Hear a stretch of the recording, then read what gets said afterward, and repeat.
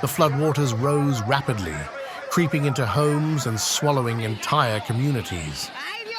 Desperate families clung to rooftops, waiting to be rescued as rivers burst their banks, torrents of muddy water crashing through the streets.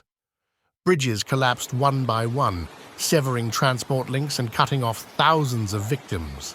Howling winds and relentless rain pummeled the battered landscape as emergency responders battled around the clock to save lives.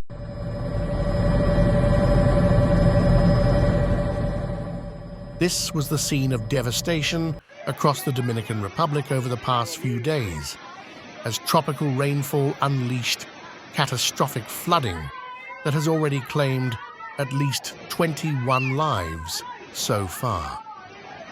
Entire towns now lie submerged, and the floods have inflicted colossal damage throughout the country. With more heavy rains forecast, authorities warn the death toll could continue climbing in the coming days. In this video, we'll take an in-depth look at the unprecedented flooding slamming the Dominican Republic.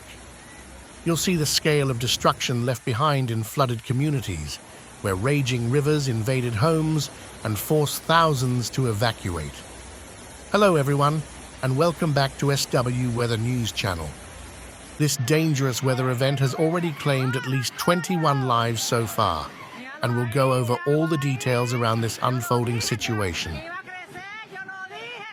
As of Monday, November 20th, the death toll stands at 21 people who have tragically lost their lives due to the heavy rainfall, flash flooding, and overflowing rivers that began on Saturday night, November 18th. This flooding has impacted a large portion of the country, with the northern, northeastern, southeastern, and eastern regions all reporting severe effects from the non-stop downpours. Some of the hardest-hit provinces that have seen immense damage, blocked roads, collapsed bridges, and destroyed homes include Monte Plata, Sanchez Ramirez, La Vega, Monsignor Noel, and Samana. Major rivers like the Yuna, Camu, and Camu del Norte have swelled to dangerous levels and breached their banks, contributing to the widespread floods.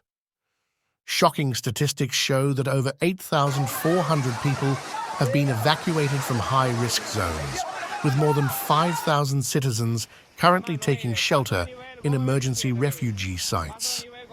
The Dominican Republic's Emergency Operations Center has classified this weather event as a Grade 3 emergency, their highest designation, underscoring the severity of the situation.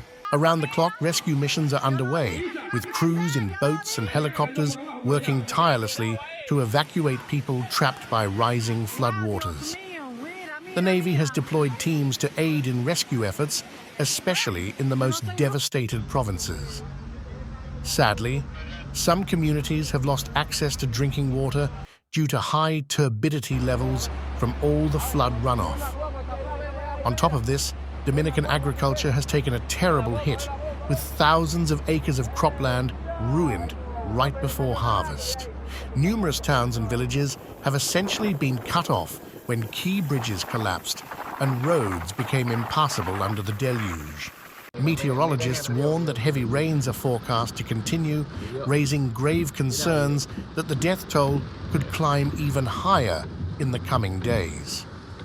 In response, the government has pledged financial assistance for families who have lost their homes and livelihoods to the floods. Aid organizations like the Red Cross, along with fire departments and other agencies, are working non-stop to provide vital humanitarian relief supplies. However, the country now faces an increased risk of waterborne illnesses like cholera due to contamination of water sources. Experts point to climate change as the culprit behind this extreme rainfall, as the region has seen more powerful storms in recent years. Back in April 2022, the Dominican Republic was also hit by severe flooding and mudslides that killed at least 8 people, so this is still an ongoing threat. In general, the country is vulnerable to tropical storms and hurricanes, which typically strike between June to November annually. To give you a deeper look at how this recent torrential rain event and flooding crisis has unfolded, let's take a closer look at the key facts and developments day by day. Saturday, November 18th, heavy rainfall began to drench parts of the Dominican Republic in the evening hours. Some isolated areas saw over 10 inches of rain fall in just a matter of hours. This instantly caused rivers and streams to start swelling and overflowing. Sunday, November 19th. The intense rains strengthened overnight, pummeling the north, east, and southeast sections of the country. Major rivers flooded, washing away vehicles, homes, and businesses along their banks. Landslides and mudslides were reported in mountainous areas. Evacuations began as responders identified dangerous areas and worked to transport people to emergency shelters on higher ground. The number of reported deaths also started rising as floodwaters claimed more lives.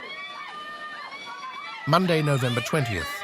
Authorities report that at least 21 people have lost their lives in the floods. Tragically, some of the victims include young children who were swept away by fast-moving waters. More than 140 communities are cut off by flooded roads and collapsed bridges. Over 8,400 people have been evacuated so far, but many more still need assistance. The Emergency Operations Center has mobilized all resources, with the Navy and Red Cross helping to rescue stranded residents. Drinking water is limited for thousands of people. The Dominican government has declared a state of emergency for the affected provinces. They urge citizens to remain vigilant as rains have not ceased. Officials caution that floodwaters often hide downed power lines, debris, and other hazards. Meteorologists say heavy rain showers and thunderstorms will continue plaguing the Dominican Republic in the coming days. This means rivers are blocked by sediment and debris could breach or overflow again as more rain arrives. Of course, search and rescue efforts will continue non-stop to help all remaining citizens in distress. But the flooding has destroyed many roads, bridges, and homes, so recovery efforts will take a very long time. The government has pledged financial aid for impacted families, but the country may need international assistance to handle this scale of devastation. The health ministry will need to monitor for disease outbreaks in contaminated water supplies. For now, organizations are accepting donations to support humanitarian relief for flood victims. Once the waters recede, deeper damage assessments will reveal the full scope and devastation caused by this historic weather disaster.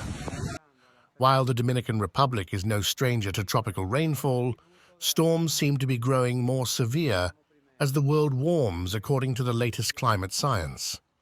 This means communities may require more adaptive measures to bolster resilience. In closing, my heart goes out to all the people who have lost so much in these terrible floods. I know many families have been deeply impacted, and we can only hope the death toll does not climb further. Please stay safe out there, everyone, and keep the people of the Dominican Republic in your thoughts during this difficult time.